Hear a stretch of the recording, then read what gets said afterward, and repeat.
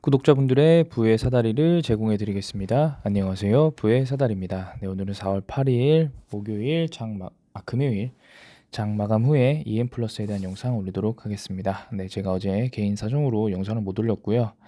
일단은 어제 공시가 나왔죠. EM 플러스는 쌍용차 인수에 참여하지 않겠다라는 내용이 나오면서 과거 쌍용차 관련된 뉴스가 나오기 전 가격대로 전부 다 회귀를 하였습니다. 네. 제가 첫 상한가를 쳤을 때였나요? 아니면은 첫 상승이 나왔을 때였나요? 3월 30일 일이었나요? 4월 1일 일이었나요? 2일 일이었나요? 뭐 아무튼 제가 인제 그때 "이거는 인제 분석의 대상이 아니다.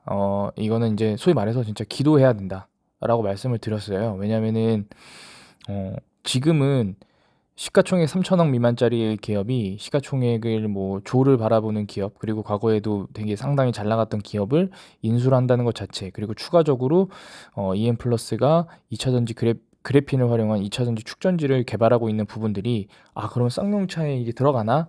쌍용차를 인수하나?' 뭐 이런 기대감. 그리고 과거에는 첫날 좀 상승했을 때는 '아, 광림 때문에 가는 게 아닌가.'라고 생각했는데, 그다음 날 바로 쌍용차 그룹, 쌍방울 그룹과 하지 않고 제3의 컨소시엄을 구성하겠다라는 사측에서 뉴스를 내보내면서 그리고 바로 상한가를 갔죠. 네, 지금 그때 상황에서는 분명히 수요일에 빠른 시일 내에 발표를 하겠다라고 얘기를 했는데, 목요일 어제 발표를 이제 뭐 어떻게 구성하겠다가 아니라 지금 상황에서는 쌍용차를 인수하는 것이 경쟁도 너무 세고 어떤 시너지 효과에 도움이 되지 않는다라고 판단을 했기 때문에 이제 철회한다라고 얘기를 했습니다. 일단은 이미 그 어떤 대세 상승의 이슈가 완전히 소멸되었기 때문에 말씀을 드리면, 이제 평가를 해 보자면, 사실은 현재 상황에서 쌍용차 인수를 현재 지금 하고 있는 에디슨 EV 이외의 다른 기업이 하기는 좀 쉽지는 않습니다. 뉴스나 언론에서 보도되듯이 10월 달까지 쌍용차의 어떤 매각이 완료가 되어야 하는데요. 일단은 그 에디슨 EV 쪽에서는 그 소송이 끝나기 전까지는 새로운 인수가 돼서는 안 된다. 새로운 인수 참여자가 새로 다시 인수를 진행해서는 안 되고, 실제 대법원 판례들이 있기 때문에 이 부분에 대해서는 절대 반대한다라는 언론 보도를 계속 하고 있습니다. 일단 기본적으로 뭐 에디슨 EV라는 기업이 지금 현재 거래 정지 상태이지만 뭐 UNI, 이제 에디슨 이노로 아마 사명이 바뀔 겁니다. 여러 가지 아직까지 코스닥 상장사가 있기 때문에 에디슨 EV 쪽에서는 뭐 금호 H나 뭐 UNI, 뭐 어쨌든 다른 형태로든 인수를 계속 시도하려고 하는 것 같고요. 그러다 보니까 KG 그룹이 어떤 이 인수 전쟁에 참여했음에도 불구하고 바로 이제 꼬꾸라지는, 네, 그런 상황이 벌어졌습니다. 왜냐하면 기한은 짧고, 그리고 에디슨 쪽에서 지속적으로 소송을 계속 유지를 한다라고 하면은 실제로 다른 기업의 인수되기는 거의 물리적으로 시간적인 요소가 좀 불가능하지 않나. 만약에 내년이나 내후년이면 아마 그대로 달렸을 겁니다. 근데 그게 아니고 현재는 시간적으로 좀 부족하기 때문에 이런 부분들 때문에 쌍용차 인수 테마가 좀 소폭 좀 사가들지 않을까라는 생각이 듭니다. 자, 그래서 결국에는 쌍용차 인수 전의 가격대로 다시 돌아왔고요. 그러다 보니까 일단은 기타 법인은 그때 제가 말씀드렸듯이 기타 법인이 뭐 의도를 해서 털었건 의도를 하지 않는 상황에서 털었건 어쨌든 다 털었다고 말씀을 드렸거든요. 200만 주 정도 이미 다 털었고요. 지금은 뭐 지금 보니까 연기금이 뭐 짜잘짜잘하게 들어왔던데 결국 연기금도 다 털고 나가고 있는 것 같습니다. 뭐 한 1,000주, 2,000주 정도 남은 것 같은데요. 연기금 다 털었고요. 이제 뭐 일단은 연기금이라는 게 진짜로 국민연금공단에서 전체 자산을 다 운용하는 게 아니고 위탁을 맡깁니다. 당연히 위탁을 맡기는 곳은 어떤 성과나 이런 부분들로 인해서 뭐 위탁과 재위탁, 아니면은 인제 계약이 체결이 안 되거나 이런 부분들이 있기 때문에 가끔 가다가 어떤 소형주에도 연기금이 들어오는 경우가 있는데요. 지금 같은 경우에는 연기금이 쪼끔 연기금으로 나오는 이 부분들이 쌍용차 인수를 안 한다고 하니까 바로 좀 턴 게 아닌가라는 좀 생각이 듭니다. 일단은 기본적으로 지금 보게 되시면은 그때 말씀드렸듯이 1 번, 2 번, 3 번, 4 번에 걸쳐서 이미 다 털었고요. 그래서 그 2차 전지 그쪽 관련된 뉴스 나오면서 이미 다 털었기 때문에 다시, 자, 그러면은 또 이렇게 생각하실 수도 있어요. 그러면 지금 현재 그 3,900 원대면 그 당시 시점의 가격대가 아니느냐. 그러면 이제 다시 가는 거 아니냐라고 생각할 수 있는데요. 소위 말해서 뭐 이런 세력들, 투자 주체들은 또 이런 차트를 보고 또 어느 정도 소위 말하는 맛있는 차트를 좀 만들어 놓고 나서 인제 또 준비를 하거든요. 지금 워낙 급격하게 올랐다가 급격하게 떨어졌습니다. 거의 뭐 삼각형 모양으로 올랐다가 삼각형 모양으로 떨어졌거든요. 그렇기 때문에 제가 개인적인 생각은 여기서 시간적 조정이 또 필요합니다. 이런 모습들 소폭 하락하면서 시간적인 조정 어느 정도까지 제 개인적인 생각으로는 한 3,700원 정도까지는 좀 더 빠지지 않을까.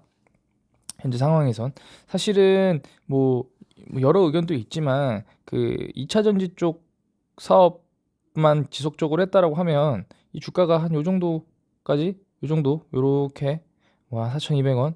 근데 이것도 사실은 요 시점에 그 지분 매입도 올랐거든요. 그래서 이거 뭐 기존에 사업하던 거는 안 하고 갑자기 뭐 '이상한 사업을 또다시 하나? 신사업을 또다시 하나?'라는 그런 의구심이 들면서 사실은 여기서 나가시는 분도 계시고 다시 하셨던 분도 계신데, 어쨌든 지금 상황에서는 2차 전지가 현재 지금 EM플러스의 새로운 주력 사업으로 지금 어느 정도 자리를 잡아가는 것 같고, 언론 보도에 의하면 지금 상황에서 다시 주가가 오르기 위해서는 어쨌든 지금 최근 2차 전지 섹터가 다시 반등을 뭐 LG 에너지 솔루션이나 뭐 에코프로비엠 등 뭐 실적도 어닝 서프라이즈가 나오면서 다시 반등을 하고 있는데, 사실은 괜히 쌍용차 쪽에 들어갔다가 본전도 못 찾은 그런 결과가 되었습니다.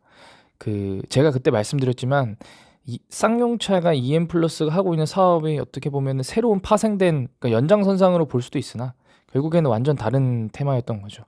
일단 EM플러스가 그래핀 사업을 하고 있고 준비를 하고 있고, 그다음에 2차 전지 쪽을 하고 있고, 그리고 그 지분 투자를 했죠.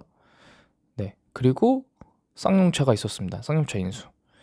근데 이거는 그래핀은 이미 시장에서 거의 관심이 없고, 2차 전지는 관심이 있었고, 지분 투자는 애매했고, 쌍용차는 완전히 물음표였습니다. 근데 결국에 이건 실패를 했고, 이거는 지속 중이고요. 이것도 지속 중입니다. 이것도 지속 중입니다. 그래서 결국에 괜히 이게 하나 나오면서 오히려 어떻게 보면은 뭐 매매 동향이나 차트의 흐름이나 어떤 그런 뭐 투자 주체들의 참여 부분들이나 괜한 좀 꼬이지 않았나라는 좀 생각이 듭니다. 뭐 그럼에도 불구하고 어쨌든 현재 지금 2차 전지 사업에 대해서 오히려 어떻게 보면은 EM플러스가 2차 전지 쪽에 조금 관심이 많구나, 지속적으로 하려고 하고 있구나라는 그런 내용들을 조금 보지 않았나라는 좀 생각이 듭니다. 지금 보게 되면은 뭐 결국에 이런 내용들만 있죠. 근데 지금 4월 7일에 유상증자 3,550원, 이 부분 제3자 배정 유상증자 이 부분 상장되는 거 부분이 있고요. 신규 사업에 집중하겠다. 그러니까 결국에 기존 사업도 아니고 이것도 결국 2차 전지도 신규 사업입니다. 그렇기 때문에 사실은 이것도 퍼포먼스 결과가 나오려면은 언제 나올지는 사실 잘 모르거든요. 그러니까 기대감이었는데 가장 큰 기대감이었던 쌍용차는 포기했고, 그러면 이제 하나 남은 기대감인 배터리 사업, 2차 전지 사업도 조금 더 진전이 되어야 되는데, 사실은 여기 보게 되시면은 EM플러스는 최근 중국의 상장사 강봉 리튬의 자회사인 강봉 리튬 전지와 전기차 사업 및 LFP 배터리팩 셀 사업에 대한 전략적 업무 제약 제휴 협약을 체결한 바 있다. 사실은 자회사랑 지금 체결을 맺었기 때문에요. 이 부분이 얼마나 진전이 되고 실제로 어떤 성과가 나오는지가 가장 중요할 것 같습니다.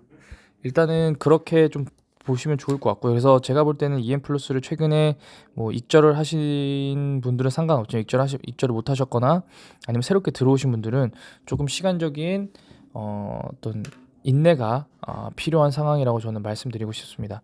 뭐 그럼에도 불구하고 여전히 텐베거 대박 나면 큰 상승을 받고, 그리고 뭐 쪽박이 나더라도 현재 지금 중장기적 관점에서는 거의 바닥에 가까운 주가 현재 수준이기 때문에, 뭐 내가 어떤 그런 거를 조금 관심 있어 한다라고 생각하시는 분들, 그러니까 뭐 소형주에 투자해서 대박이 날 때까지 기다리고 아니면은 뭐 내가 손실을 감당할 수 있는 뭐 그런 분들이라면은 지속적으로 홀딩하셔도 되지만 그게 아니고 진짜 쌍용차 인수만 보고 들어오신 분들은 이미 나가셨어야 됩니다. 지금은 이미 늦었고 손절을 하시거나 이거는 이제 제 개인적인 생각이기 때문에 절대 따라하셔는 안 되시지만 내가 쌍용차 보고 들어왔는데 5,000원 위에서 물렸다? 그러면 쌍용차가 끝났으니까 당연히 저 같으면 손절합니다.